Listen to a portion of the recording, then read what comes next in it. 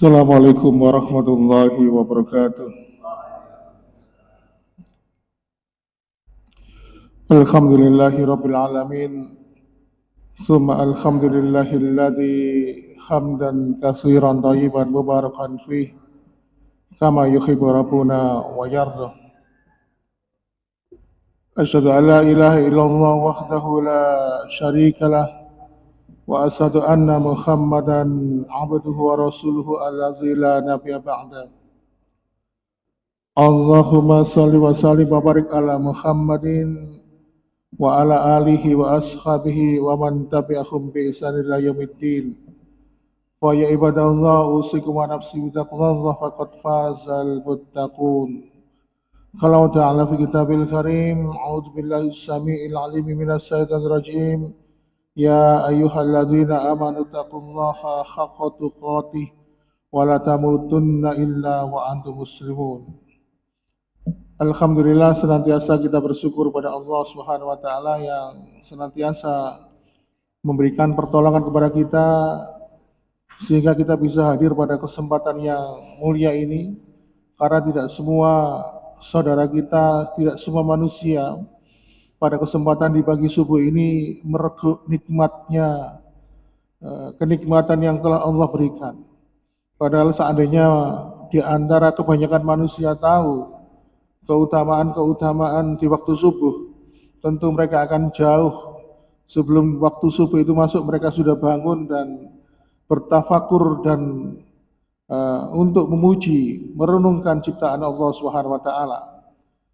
Ma'asyiral muslimin, dan perlu diketahui itu dari sisi religi, dari sisi ketauhidan, dari sisi kesehatan udara pagi yang menjelang subuh ini, terutama sepertiga malam terakhir sampai masuk waktu subuh, itu kadar ozonnya tinggi, sehingga maka barang siapa yang terbiasa menghirup udara sebelum masuk waktu subuh, maka dapat dipastikan akan mendapatkan kesehatan. Karena apa? Arah ozon itu nanti akan mengikat oksigen, sehingga ketika oksigen itu yang sudah diikat dengan ozon masuk ke dalam peredaran darah manusia, maka akan mampu mengikat partikel-partikel radikal bebas. Padahal kita tahu kita hidup di zaman yang akhir zaman ini, semuanya serba mengandung polusi, udara mengandung polusi, kemudian makanan yang kita makan pun juga mengandung polusi. Nah, radikal bebas itu adalah sebuah zat yang sifatnya bisa merusak sel. Makanya untuk mencegah itu terjadi, makanya kita membutuhkan antioksidasi atau antioksidan. Salah satunya adalah dengan terapi ozon ini tadi. Nah, itu yang pertama. Yang kedua, tema kegiatan kita pada pagi hari ini yang ditetapkan oleh pengurus Masjid Mujahidin adalah ngaji suruk. Seperti kita ketahui bersama dalam beberapa keterangan yang disampaikan oleh beberapa narasumber, keutamaan berdiam diri setelah sholat subuh berjamaah. Jadi ketika kita tadi mengikuti sholat subuh berjamaah, kemudian dia duduk diam, berzikir, ya, atau mengingat Allah, atau melakukan aktivitas lainnya ibadah, yang ya sembari menunggu datangnya terbit matahari, kemudian ditunggu sebentar lagi masuk waktu duha, kemudian kita sholat 2 rakaat, maka Allah Subhanahu wa taala menjanjikan bagi mereka yang mau melakukannya akan mendapatkan pahala setingkat pahala haji dan umrah. Bahkan Rasulullah SAW menyampaikan tamah, artinya apa? Sempurna. Nah, kalau kita melihat redaksi hadis ini, kalau kita mempelajari, ternyata begitu maha pemurahnya Allah Subhanahu wa taala kepada hamba-hambanya. Bayangkan hanya dengan duduk diam, berzikir, atau melakukan aktivitas ibadah lainnya, setelah melakukan sholat subuh berjamaah, kemudian sambari menunggu datangnya waktu duha, kita kemudian setelah itu masuk duha, kita sholat 2 rakaat, Allah sudah mengganjar pahala haji dan umrah, dan dikatakan oleh beliau sempurna. Bayangkan kalau kita harus menunaikan ibadah haji, datang ke tanah suci secara fisik, datang secara langsung, Pertama kendalanya adalah faktor usia. Karena apa? Sekarang ini kalau kita daftar mungkin beberapa puluh tahun lagi kita baru bisa ke sana. Itu pun kalau kita bisa menjamin kita masih hidup. Walaupun masih hidup, belum tentu kita menjamin kesehatan kita bisa menunjang ke sana. Makanya Allah memberikan fasilitas ini, bentuk maha pemurahnya Allah kepada hamba-hambanya. Tetapi kita juga tidak boleh berputus asa. Ya, karena Rasulullah SAW mewasiatkan kepada kita, kunjungilah 3 tempat. Jadi kalau kau ingin berkunjung, bersafar di muka bumi ini, prioritaskan kepada 3 tempat, yaitu Masjidil Haram, Masjid Nabawi, dan Masjidil Aqsa. Jadi lebih kita prioritaskan. Kalau kita ingin rekreasi, ya rekreasi rohani kita ke tempat itu. Tetapi ketika kita secara fisik atau kita tidak mempunyai kemampuan untuk hadir ke sana, maka jangan pernah ragu, Allah mengetahui kemampuan hamba-hambanya. Hanya bagi orang yang mampu ke sana. Artinya mampu secara finansial, mampu secara fisik, mampu secara kesempatan. Tetapi ketika ada hamba-hambanya yang tidak mampu berangkat ke sana, Allah memberikan sebuah anugerah, yaitu tadi yang saya sebutkan, Rasulullah SAW menyampaikan, barang siapa yang sholat berjamaah subuh, ya, entah itu di musola atau di masjid, kemudian setelah sholat subuh dia menunggu datangnya waktu duha, diisi dengan kegiatan ibadah, entah mengaji, berzikir, atau talabul ilmi, lalu kemudian dia tunaikan sholat 2 rakaat, ketika masuk duha itu, maka diganjar dengan pahala haji dan umrah. Dan pahalanya ini sempurna, kata Rasulullah. Jadi intinya bahasanya segala sesuatu itu Allah memberikan kemudahan kepada hamba-hambanya. Karena sesungguhnya agama ini mudah. Dan saya kemarin sempat membaca sebuah status dari seorang ustadz, ya, menyampaikan sebuah hadis. Rasulullah SAW menyampaikan, ketika Allah Subhanahu Wa Taala memberikan keringanan kepada kita, lalu kemudian kita tidak mengambil keringanan itu, maka sungguh murka. Maka Allah murka, Rasul juga murka. Maka ketika kita diberikan kemudahan oleh Allah, maka ambillah kemudahan itu. Inilah ma'asyiral muslimin jamaah sekalian sebagai pengodimah pada kesempatan pagi hari ini, sesuai dengan pamflet atau pengumuman yang disampaikan oleh Takmir, bahwasannya ngaji kita ini adalah yang berjudul tentang penolong atau syafaat di akhirat. Sebenarnya materi ini adalah kelanjutan pertemuan yang saya sampaikan beberapa waktu yang lalu. Sebagai pengingat, pada waktu itu saya menyampaikan sebuah materi yang judulnya hanya sampai mati. Artinya apa? Perjalanan manusia di dunia itu adalah perjalanan yang singkat. Walaupun perjalanan itu panjang, selama dalam kehidupan dunia, maka perjalanan itu dikatakan perjalanan yang singkat. Karena kita masih bisa menentukan batas waktu tempuhnya, jarak tempuhnya. Tetapi perjalanan panjang manusia, yang paling panjang adalah perjalanan dimulai ketika dia sudah mati. Pada kesempatan itu saya menyampaikan, kenapa kok dinamakan perjalanan panjang? Karena perjalanannya panjang, tidak bisa kita perkirakan kita akan sampai kapan, dan juga kita tidak tahu berapa jumlah kilometer yang kita tempuh. Padahal di satu sisi kita ini tidak mampu dan tidak tahu berapa bekal yang kita bawa untuk membawa perjalanan kita yang panjang itu. Maka pada kesempatan ini sebagai pelanjutan dari beberapa materi yang lalu, bahwasannya ketika nanti kita ini melakukan perjalanan panjang di akhirat, maka kita ini membutuhkan sebuah anugerah dari Allah Subhanahu Wa Taala, yaitu berupa syafaat atau penolong. Kenapa? Kalau kita ini hanya, kalau orang Jawa bilang jagakno, ya, kalau hanya menjagakno itu apa ya? Kalau hanya menyandarkan kepada amal-amal ibadah kita belum tentu tahu amal ibadah mana kita yang diterima oleh Allah Subhanahu Wa Taala. Karena apa? Kita tidak pernah tahu dari sekian waktu sholat-sholat yang kita tunaikan di hadapan Allah sejak usia akil balik hingga akhir kehidupan kita. Kita tidak pernah tahu sholat kita yang diterima oleh Allah itu yang mana. Kita juga tidak pernah tahu setiap kita hadir di majelis ilmu, di mana Rasulullah SAW melalui lisannya Allah menjanjikan surga kepada orang-orang yang hadir di majelis ilmu. Nah, dari sekian majelis ilmu yang kita hadiri, Kita tidak tahu di mana majelis ilmu itu yang diterima amal kita oleh Allah. Kemudian kita juga sepakat bahwasannya amal ibadah kita yang lain seperti puasa dan sebagainya, ya dari Ramadan satu ke Ramadan yang lain, dari puasa sunnah satu ke puasa sunnah yang lain, di antara puasa itu yang diterima oleh Allah kita tidak tahu. Oleh karenanya perkara dunia ini bisa kita ukur seperti kalau kita melihat rekening kita di bank, ya, kita bisa tahu ketika kita cek saldo, sudah tahu nominalnya, saldo minimal berapa, dapat transferan dari siapa. Tapi kalau kita melihat saldo akhirat kita berupa pahala yang diberikan oleh Allah, pahala itu buah dari amalan yang diterima oleh Allah, kita tidak akan pernah tahu. Padahal di satu sisi perjalanan kita begitu panjang dalam mengarungi kehidupan akhirat. Oleh karena itu, ma'asyiral muslimin wa zumratal mu'minin rahimakumullah, perjalanan di dalam kubur yang dimulai setelah kita menghadap kepada Allah dalam alam kematian tidak bisa diukur dengan sesuatu yang mewah. Seperti kalau kita melihat beberapa tayangan, ya, saya sempat melihat tayangan di YouTube itu di salah satu suku di negara Thailand, ketika ada orang yang meninggal, mereka kalau menggali kubur itu luas banget, Pak. Ukurannya bisa mungkin 5 kali ukuran orang biasa. Karena apa?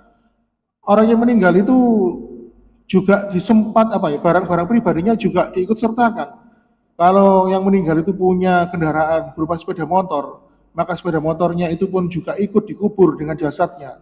Begitu juga dengan harta-hartanya dikumpulkan. Kenapa? Karena mereka itu beranggapan ini sepeda motornya untuk membantu dia dalam mengarungi kehidupan akhirat. Dikasih uang di situ, ada uang berupa lembaran-lembaran uang buat untuk jajannya nanti ketika di sana. Padahal itu adalah pemikiran dan anggapan yang batil. Bahwasannya sesungguhnya agama kita itu tidak seperti itu. Makanya Allah Subhanahu wa taala memberikan gambaran kepada kita bahwasannya amal kehidupan manusia itu tidak akan pernah bisa tahu mana aja yang bisa diterima. Seperti yang pernah saya sampaikan pada kesempatan yang lalu, sebagaimana seperti Hasan Al-Basri menangis setiap hari Senin dan Kamis. Kenapa? Ketika ditanya oleh muridnya, "Wahai Syekh, kenapa panjenengan kok ketika hari Senin dan Kamis ini sedih?" Beliau menjawab, "Karena aku mendengar Rasulullah SAW menjawab bahwasannya amal ibadah manusia itu distorkan kepada Allah setiap hari Senin dan Kamis. Dan aku khawatir pada hari Senin dan Kamis itu tidak ada amal ibadahku yang dicatat oleh malaikat yang distorkan kepada Allah Subhanahu wa taala." Bayangkan, seorang ulama besar, seorang tabi'in, Hasan Al-Basri, beliau khawatir dengan amal ibadahnya yang khawatir tidak diterima oleh Allah Subhanahu wa taala. Oleh karena itu, ma'asyiral muslimin, ketika perjalanan akhirat yang panjang itu, maka kita ini harus membutuhkan penolong dari Allah Subhanahu wa taala, dan penolong ini adalah syafaat. Penolong ini harus kita wujudkan dalam kehidupan kita. Karena sesungguhnya Allah Subhanahu wa taala dengan rahmatnya, dengan maha pemurahnya, banyak menjadikan perkara-perkara yang sering kita lakukan, yang sering kita hadapi dalam kehidupan dunia, bisa dijadikan oleh Allah sebagai penolong kita nanti dalam kehidupan akhirat. Nah, penolong di sini adalah syafaat. Nah, syafaat di sini tentunya harus mengandung 2 syarat. Yang pertama, bahwasannya syafaat itu atas izin dari Allah Subhanahu wa taala. Karena tidak semua orang mampu memberikan syafaat kecuali oleh orang-orang yang telah diizinkan oleh Allah Subhanahu wa taala memberikan syafaat. Dan Nabi Muhammad SAW adalah salah satu orang manusia di muka bumi ini yang diberikan izin oleh Allah bisa memberikan syafaat kepada umat-umatnya. Nah, dalam hal ini beberapa kalangan umat Islam ini punya kekeliruan dalam berpikir, dalam peranggapan. Ketika mereka tahu bahwa Rasulullah SAW itu bisa memberikan syafaat, mereka itu langsung berdoa memohon kepada Rasulullah, "Ya Rasul, aku memohon syafaatmu." Padahal kita tahu doa itu adalah inti dari ibadah, doa itu adalah senjata bagi orang beriman. Ketika kita ini meminta langsung kepada Rasulullah, padahal Rasulullah itu adalah manusia biasa, maka itu adalah perkara yang batil. Kenapa? Karena menempatkan Rasulullah itu diberikan sifat-sifat ketuhanan. Walaupun Rasulullah SAW diberikan izin oleh Allah dapat memberikan syafaat kelak di hari akhirat, tetap kita ini harus minta kepada Allah Subhanahu wa taala untuk diberikan syafaat. Walaupun Rasulullah SAW bisa memberikan syafaat, kita tidak boleh meminta langsung kepada beliau, tetapi kita harus minta kepada Allah Subhanahu wa taala.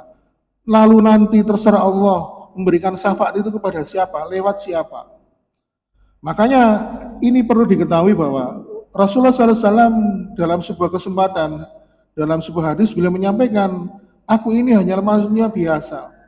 Jangan, intinya kita dilarang memberikan sifat-sifat ketuhanan kepada sifat-sifat ketuhanan kepada Rasulullah, karena manusia biasa.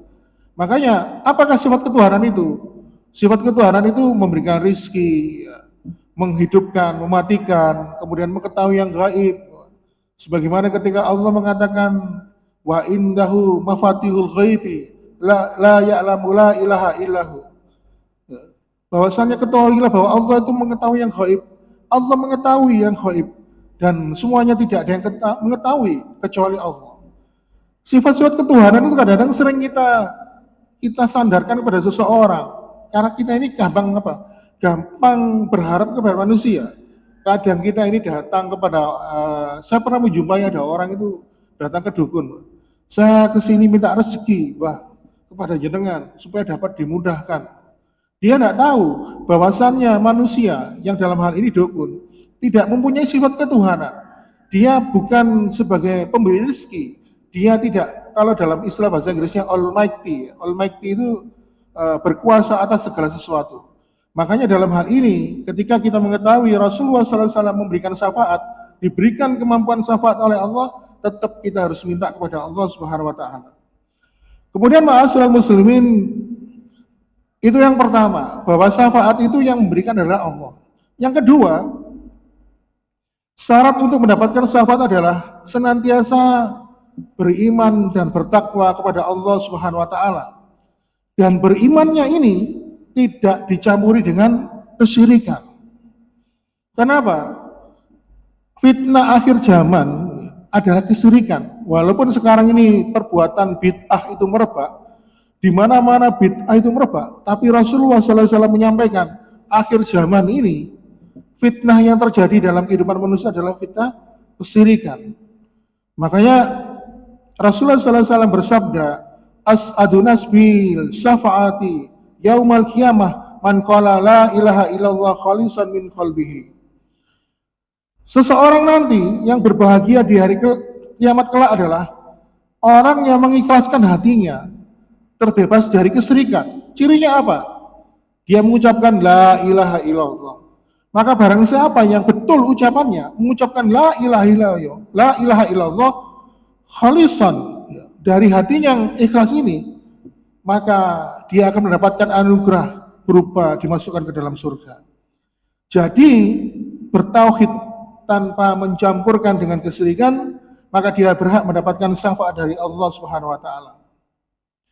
Maka bila seseorang itu berbuat syirik dan dia juga kufur, maka menyebabkan ibadah itu tidak diterima di sisi Allah. Dan ketika hal ini berlaku, dia melakukan kesyirikan dan juga kufur di hadapan Allah, maka tidak ada tempat kembali baginya kecuali adalah neraka. Jadi fitnah akhir zaman itu adalah fitnah kesyirikan, dan ini dikhawatirkan oleh Rasulullah SAW. Mana dalilnya yang menunjukkan bahwa fitnah akhir zaman ini adalah fitnah kesyirikan? Dalam sebuah riwayat Imam Muslim, Rasulullah SAW bersabda, wa ma antum bisyirki illa kasyaratil ba'ida fi jildi sautil aswabih. Perumpamaan umatku yang jatuh ke dalam kesyirikan sebagaimana seperti domba, seekor domba yang bulu-bulunya itu berwarna hitam legam. Lalu kemudian ada garisnya. Jadi kalau domba bulunya hitam legam seluruh tubuhnya, ada garis putih garis putih. Rasulullah menggambarkan umatku yang jatuh ke dalam kesyirikan itu seperti bulu domba yang berwarna hitam. Lalu yang garis putih seleret itu, seret kayak garis itu ya, itu adalah umatku yang terbebas dari kesyirikan. Jadi sulit menggambarkan bagaimana kesyirikan itu nanti menjadi akhir fitnah zaman di akhir kehidupan ini. Sampai-sampai Allah Subhanahu wa taala berfirman di surat Yusuf. Surat Yusuf itu surat ke-12. Di ayat ke-106 Allah Subhanahu wa taala berfirman, "A'udzubillahi minasyaitonir rajim. Wa ma yu'minu aktsaruhum billahi illa wa hum musyrikun." Dan kebanyakan mereka tidak beriman kepada Allah, bahkan mereka menyekutukannya. Baiklah hadirin ma'asyiral muslimin wa zumratal mu'minin rahimakumullah. Lalu apa saja perkara-perkara yang bisa menjadi syafaat, bisa menjadi penolong kita kelak dalam kehidupan akhirat? Saya merangkum ada sekitar 10 syafaat. Tetapi karena keterbatasan waktu, tidak bisa kami sampaikan pada kesempatan pagi hari ini, maka sisa dari pembahasan itu insya Allah pada kesempatan ini akan kita lanjutkan. Maka pada kesempatan pagi ini kita mungkin hanya menyampaikan sekitar 3 syafaat atau penolong dalam kehidupan akhirat. Yang pertama adalah yang kelak bisa menjadi syafaat kita di hadapan Allah dalam kehidupan akhirat adalah anak-anak yang soleh. Ketika kita ini punya anak, lalu bisa menjadikan anak kita ini menjadi anak yang soleh, maka anak yang soleh itu bisa menjadi syafaat penolong kelak kita di hadapan Allah Subhanahu wa taala. Dalam sebuah riwayat yang sahih diceritakan bahwasannya ketika ada anak-anak yang soleh itu akan dimasukkan ke dalam surga. Allah Subhanahu wa taala berfirman memerintahkan kepada anak-anak itu yang sudah berada di dalamnya di depan pintu surga itu untuk masuk surga. Udkhulul jannata, masuklah kalian semua ke dalam surga. Tapi anak-anak itu tidak segera masuk surga. Di depan pintu surga mereka celinguan mencari-cari kedua orang tuanya. Lalu kemudian setelah di dalam surga itu tidak didapati kedua orang tuanya, lalu anak-anak yang soleh tadi yang sudah dijanjikan masuk surga tinggal masuk saja. Mereka tidak mau masuk surga, lalu berkata kepada Allah Subhanahu wa taala, "Lan nadkhulal jannah hatta ya'tiya abauna wa ummahatuna." Ya Allah, kami nggak mau masuk surga kalau kami ini tidak bersama dengan kedua orang tua kami, bapak dan ibu kami. Kalau kami tidak bersama dengan kedua orang tua kami, ya kami nggak mau masuk surga. Lalu Allah mengatakan, "Mali ar-rahum." Kenapa kalian? Ketahui, kedua orang tua kalian sekarang masih di dalam neraka. Mereka sedang menyelesaikan hukumannya karena hisabnya mereka. Terus Allah mengatakan kepada anak yang lain, orang tuamu di sana masih proses hisab, masih dihitung amal kebaikannya. Kenapa kamu harus menunggu mereka? Ayo masuk, kata Allah. Tetap anak-anak itu yang sudah masuk surga, yang divonis masuk surga tadi mengatakan, "Lan nadkhulal jannah hatta yatiha abauna ma hum mahaduna." Ya Allah, kami tetap tidak mau masuk surga kalau tidak bersama ayah dan ibu kami. Karena permintaan anak-anak yang soleh tadi, maka Allah pun mengabulkan permintaan mereka. Lalu kemudian Allah kabulkan permohonan mereka. Orang tuanya yang tadi di dalam neraka segera diselesaikan oleh Allah proses hukumannya. Orang tua dari anak itu yang tadi melalui proses hisab yang begitu panjang dipermudah, dipersingkat oleh Allah. Lalu akhirnya setelah itu mereka dibersihkan, orang-orang tua mereka lalu dikumpulkan bersama dengan anak-anak mereka. Dan di depan pintu surga itu pun Allah berkata, memerintahkan kepada anak dan orang tua mereka, "Udkhulul jannah antum wa aba'ukum." Sekarang masuklah kalian ke dalam surga bersama dengan orang tua kalian. Makanya dalam hal ini Rasulullah SAW bersabda, "At-tadaruna manirukub." Kalian ngerti apa enggak? Siapakah yang dimaksud dengan mandul itu? Kemudian sahabat mengatakan, "Alladzina yuladillahu ya Rasulullah." Orang yang mandul itu adalah orang yang punya keturunan ya Rasulullah. Rasulullah mengatakan, "La, tidak. Ar-rukub, yaitu orang-orang yang mandul adalah mau auladun, mereka diberikan anak oleh Allah, bahkan anaknya banyak. Walam yuqaddimun aulati syai'an, tapi di antara anak-anak mereka tidak ada yang mampu bermanfaat di jalan Allah bagi kedua orang tuanya. Makanya ketika ada seseorang atau diri kita, anak kita ini sobo masjid, ya, sering ikut sholat berjamaah, sering ngaji, ya, kemudian nurut perintah orang tua, maka itu adalah sebuah kenikmatan. Karena apa? Anak-anak yang soleh itu nanti bisa menjadi syafaat bagi orang tuanya. Karena Rasulullah SAW menyampaikan, idza mata ibnu Adam in khata amalu ila min salasin. Ini sering disampaikan, jika ada anak Adam sudah mati, maka terputuslah semua amalnya kecuali 3. Dari ketiga amalan ini, yang disebutkan pertama kali Rasulullah adalah waladun solihun, yaitu anak yang soleh. Makanya Imam Al-Qurtubi sampai berkata, tidak ada perkara yang bisa membuat seseorang itu bahagia kecuali mendapati keturunannya itu taat kepada Allah Subhanahu wa taala. Itu perkara pertama yang kelak di akhirat bisa menjadi syafaat atau penolongnya agama Allah. Kemudian yang kedua, perkara yang bisa memberikan atau bisa menjadikan syafaat atau penolong bagi kita di akhirat adalah berteman dengan orang-orang yang soleh. Jadi berteman dengan orang-orang soleh ini bisa menjadi syafaat. Sebagaimana ketika Rasulullah SAW bersabda, apabila orang-orang mukmin itu ketika melihat diri mereka selamat dan berada di dalam surga, mereka itu mencari-cari teman mereka yang selama dalam kehidupan dunia itu mereka itu taat dalam ketaatan, sholat berjamaah bareng, ya, sering kemana-kemana ngaji bareng, ya, sering itikaf bareng, sering puasa, sahur, berbuka puasa bersama-sama bareng. Tapi ketika di antara mereka dalam surga, mereka tidak bisa ketemu, tidak bisa nemui. Mereka itu berusaha mencari. Akhirnya apa? Mereka pun bertanya kepada Allah Subhanahu wa taala, "Ya Allah, di manakah teman-teman kami dulu yang sama dalam kehidupan dunia ini bersama kami, dalam ketaatan bersamamu? Kenapa kami kok tidak bisa menjumpai mereka?" Lalu Allah mengatakan, fayaqulullah itshabu faman mahjatum fi qalbi misqala dinarin min imanin fa akhrijuhu. Allah mengatakan, teman kalian masih ada di dalam neraka, menyelesaikan hukumannya, masuklah kalian ke dalam neraka. Jadi orang yang dulu sudah masuk surga diperintahkan oleh Allah masuk neraka. Maksudnya apa? Tujuannya untuk mencari temannya. Apakah kosong? Ya enggak lah.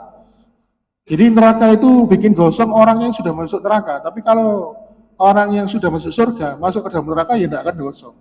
Lalu dicarilah teman-temannya itu, lalu ditariklah teman itu dari neraka, lalu Allah Subhanahu wa taala memerintahkan dimandikan, dibersihkan sehingga kembali seperti semula dan akhirnya diajak bergabung masuk surga.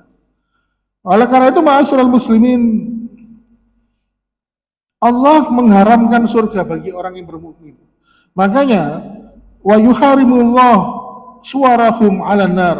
Allah mengharamkan api neraka bagi orang mukmin. Seperti Nabi Ibrahim, ya, yang diharamkan masuk surga, masuk neraka, yang diharamkan terkena api. Makanya nanti kalau ada orang mukmin yang masuk ke neraka, mencari sahabat-sahabatnya di dunia dulu dalam ketaatan, mereka tidak terbakar oleh api neraka. Maka ma'asyiral muslimin, kembali kepada pembicaraan kita. Maka teman-teman yang soleh mampu mengajak kepada teman-teman yang lain yang masuk neraka untuk masuk ke dalam surga. Dan hadis ini dalilnya sahih, bahwasannya di antara syafaat kita yaitu dengan berteman dengan orang yang soleh. Makanya kalau kita melihat kisah Ashabul Kahfi, kisah pemuda di dalam gua, anjing saja, binatang yang dianggap rendah karena mengandung najis yang berat. Bayangkan kalau seseorang itu kena air liurnya anjing, sampai harus disuruh mencuci sebanyak 7 kali, cucian yang terakhir itu dicuci dengan tanah. Bayangkan anjing, ya, ketika dia berteman dengan pemuda-pemuda soleh, terhimpun dalam gua, maka di dalam surat Al-Kahfi ayat ke-18 Allah menyampaikan, anjing itu juga ikut masuk surga, Pak. Mereka mulia berteman dengan orang-orang soleh. Makanya kalau anjing saja mulia berteman dengan orang-orang soleh, apalagi kita sebagai manusia. Makanya kalau kita sebagai manusia banyak harus punya referensi berteman dengan orang-orang yang soleh. Oleh karena itu para nabi, kalau kita melihat mereka itu juga mencari teman seperjuangan, teman yang soleh. Seperti Nabi Musa itu berteman dengan Nabi Harun. Ya. Kemudian Nabi Isa itu temannya apa? Dari kalangan Hawariyun. Kemudian Umar bin Khattab, ya, Abu Bakar, kemudian Utsman bin Affan, Ali bin Abi Thalib. Itu teman-temannya Nabi Muhammad SAW dalam dakwah ini, dalam mengemban perintah agama ini, menyebarluaskan agama ini, berdakwah dalam rangka meningkatkan dan menguatkan kalimat la ilaha illallah. Itu keutamaan berteman dengan orang soleh. Makanya Rasulullah SAW menjadikan wasilah berteman dengan orang soleh ini sebagai jalan untuk mendapatkan cintanya Allah. Makanya Rasulullah SAW dalam riwayat Imam Ahmad memberikan sebuah kita doa yang untuk dapat kita amalkan. Allahumma ini as'aluka hubbaka wa hubba man yuhibbuka wa hubba amalin yuqaribuni ila hubbika. Ya Allah, aku mohon cintamu dan cinta orang-orang yang mencintaimu dan amal yang engkau cintai yang bisa mendekatkan cintamu. Di sini Rasulullah memohon 3 cinta. Memohon cintanya Allah, memohon cintanya orang-orang yang mencintai Allah, dan memohon dapat melakukan amal-amal ibadah yang dicintai oleh Allah, sehingga secara otomatis amalan yang dicintai oleh Allah itu bisa mendekatkan dirinya kepada Allah Subhanahu wa taala. Bayangkan yang nomor 2 tadi, cinta dari orang-orang yang cinta kepada Allah. Makanya kalau kita ini sudah mendapatkan cinta dari cintanya orang-orang yang cinta kepada Allah, maka secara otomatis Allah Subhanahu wa taala akan cinta kepada diri kita. Amin ya rabbal alamin. Kemudian yang berikutnya, ma'asyiral muslimin, syafaat yang bisa menjadi penolong kita nanti di akhirat adalah syafaat dari Nabi Muhammad SAW. Seperti di mukadimah tadi saya menyampaikan, Allah Subhanahu wa taala memberikan syafaat kepada siapa saja yang dikehendaki. Dan dalam hal ini Rasulullah Muhammad SAW sebagai salah satu hamba Allah yang dikehendaki bisa memberikan syafaat kepada umatnya. Dalam hadis yang diriwayatkan oleh Imam Bukhari, Rasulullah SAW bercerita, "Likulli nabiyyin da'watun ya'tu biha wa uridu an atabi da'wati syafa'atan li ummati fil akhirah." Rasulullah menyampaikan, sesungguhnya di tangannya, maksudnya di tangannya Rasulullah ini sebagai kias, ya. Maksudnya beliau diberikan kemampuan. Beliau mengatakan, likulli nabiyyin da'watun, sesungguhnya setiap para nabi itu mempunyai doa yang mustajab. Lalu Rasulullah berkata, wa uridu an atabi, tapi aku sembunyikan, aku tunda permohonan doaku ini. Jadi setiap para nabi dan Rasul itu punya doa pamungkas. Tapi Rasulullah menyampaikan, doa pamungkasku ini aku simpan, aku tahan.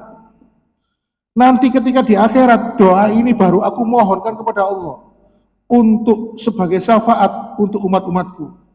Makanya kalau kita membaca Al-Quran, ya, Nabi dan Rasul terdahulu itu ketika diberikan doa pamungkas oleh Allah, mereka menggunakannya di dunia. Seperti Nabi Nuh, ketika berdakwah sekian ratus tahun, umatnya tidak ada yang reken, tidak ada yang ngikuti, akhirnya apa? Jengkel, akhirnya berdoa Nabi Nuh. Akhirnya setelah berdoa, Allah memerintahkan Nabi Nuh ini bikin kapal. Padahal daerahnya tandus, jauh dari laut, disuruh bikin kapal yang besar. Dan Allah mengabulkan doa Nabi Nuh itu, menghadirkan banjir bandang yang begitu besar, seluruh umat Nabi Nuh ditenggelamkan. Ini karena Nabi Nuh punya doa pamungkas. Begitu juga dengan nabi yang lain, punya doa pamungkas. Tetapi khusus Rasulullah SAW, doa pamungkasnya ditunda nanti di akhirat. digunakan untuk apa? Sebagai permohonan syafaat kepada umatnya. Ma'asyiral muslimin, ini menjadikan dalil kepada kita bahwasannya Nabi Muhammad SAW bisa memberikan syafaat atas izin dari Allah Subhanahu wa taala. Lalu kemudian ada hadis lagi yang dari Imam Muslim. Cuman hadisnya ini panjang, saya singkat saja. Nanti di hari kiamat, manusia itu banyak berbondong-bondong mencari syafaat, mencari pertolongan. Lalu manusia itu yang di dalam kehidupan akhirat itu mereka mencari siapa saja yang sekiranya bisa sebagai penolong. Lalu kemudian mereka datang kepada Nabi Nuh. Nabi Nuh menyatakan tidak mampu, tidak bisa memberikan syafaat karena Nabi Nuh pernah menggunakan doa pamungkasnya tadi dalam kehidupan dunia. Lalu mereka pun datang kepada Nabi Ibrahim, minta syafaat kepada Nabi Ibrahim. Nabi Ibrahim pun mengatakan, aku dulu pernah berbuat dosa, pernah berbohong. Sehingga waktu itu dia berbohong untuk menyelamatkan istrinya. Aku tidak bisa, karena aku dulu pernah berbuat dosa. Lalu kemudian umat-umat di dalam kehidupan akhirat itu datang kepada Nabi Musa alaihissalam. Tapi Nabi Musa tidak bisa. Lalu kemudian datang kepada Nabi Isa, dan Nabi Isa pun tidak bisa. Lalu akhirnya apa? Mereka akhirnya datang kepada Nabi Muhammad SAW. Maka disinilah kita paham bahwasannya di antara 25 Nabi dan Rasul, ya, Nabi Muhammad adalah Nabi yang mulia. Maka ketika itu Rasulullah SAW pun bersujud, maka dikatakan kepada beliau ketika bersujud, ya, setelah berdoa, lalu diperintahkan, ada suara mengatakan, wahai Muhammad, angkatlah kepalamu. Kalau engkau minta, akan dikabulkan. Kalau engkau akan minta syafaat, maka akan diberikan syafaat. Lalu Rasulullah SAW pun mengangkat kepalanya, dan beliau meminta untuk berikan syafaat kepada umatnya. Disinilah kita mengetahui bahwa Rasulullah SAW mampu memberikan syafaat kepada setiap umat. Bahkan umat-umat Nabi dan Rasul terdahulu, tidak hanya umat beliau. Inilah keutamaan Nabi dan Rasul. Jadi kalau Nabi dan Rasul terdahulu itu hanya untuk umat mereka, tetapi nanti di akhirat Rasulullah mampu memberikan syafaat tidak hanya untuk umat beliau, tapi juga untuk Nabi dan Rasul yang lain.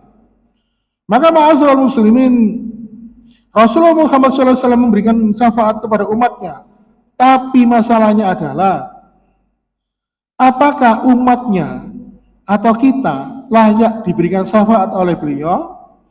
Tentu kita harus berusaha memantaskan diri kita untuk dapat syafaatnya. Karena apa? Syafaat Rasulullah SAW itu ditujukan hanya kepada mereka yang dalam kehidupan dunia itu benar-benar mengikuti sunnah beliau, mencintai beliau. Jadi jangan buru-buru menyatakan bahwa diri kita ini cinta kepada Rasulullah tanpa ada pembuktian. Karena apa? Karena sesungguhnya pengorbanan dan cinta itu butuh pembuktian. Maka cinta itu butuh pembuktian. Seperti sebuah kisah ya, ada seorang wanita yang bernama Ummu Warokoh. Dalam sebuah peperangan, Ummu Warokoh ini mendapatkan kabar kalau seluruh keluarganya ini meninggal dalam peperangan. Ayahnya, suaminya, anaknya meninggal. Tetapi ketika Ummu Warokoh dapat kabar bahwa keluarga meninggal semua, dia nggak gopoh, nggak kaget, tapi dia bertanya, gimana Rasulullah kondisinya? Apakah selamat? Gimana? Mengkhawatirkan Rasulullah. Ketika sang pemberi kabar menyatakan bahwa Rasulullah SAW baik-baik saja, sehat saja, selamat dalam peperangan itu, maka Ummu Warokoh pun bersyukur, tampak raut kegembiraan di dalam wajahnya. Baru setelah itu dia memikirkan keluarganya, bayangkan. Padahal Ummu Warokoh ini diberikan kabar keluarganya seluruhnya sudah meninggal dunia dalam peperangan, tetapi dia lebih memikirkan, mengkhawatirkan tentang keselamatan Rasulullah SAW. Ini contoh kalau cinta kepada Rasulullah SAW. Maka cinta seperti inilah yang mampu nanti kelak di dalam kehidupan akhirat mampu menghadirkan syafaat Nabi Muhammad SAW. Oleh karena itu, ma'asyiral muslimin wa zumratal mu'minin rahimakumullah, maka jadikanlah diri kita ini pantas untuk mendapatkan syafaatnya Rasulullah dan syafaatnya Allah Subhanahu wa taala melalui hal-hal yang telah dikehendaki oleh Allah Subhanahu wa taala. Dan sebagai syarat untuk mendapatkan syafaat itu, pertama adalah kita ini cinta kepada Allah, beriman dan bertakwa kepada Allah, dan tidak mencampurkan keimanan itu dengan kekufuran dan kemusyrikan. Demikian mungkin yang dapat kami sampaikan. Karena keterbatasan waktu, maka pembahasan tentang syafaat atau penolong agama Allah ini dapat dilanjutkan dalam kesempatan yang lain. Seperti yang saya sampaikan tadi, jumlah syafaat itu setelah dihimpun dari beberapa sumber ada sekitar 10 syafaat yang diberikan oleh Allah. Tetapi pada kesempatan pagi ini hanya bisa tersampaikan 3 poin syafaat yang diberikan oleh Allah. Maka pada kesempatan yang lain akan kita lanjutkan pembahasan syafaat-syafaat berikutnya yang diberikan oleh Allah kepada kita kelak dalam kehidupan akhirat. Demikian, mohon maaf bila ada kekurangan, karena sesungguhnya kekurangan, kekhilafan hanya dari saya pribadi, sedangkan kebenaran secara mutlak datang dari Allah Subhanahu wa taala, dan semoga ada manfaatnya. Saya akhiri, wassalamualaikum warahmatullahi wabarakatuh.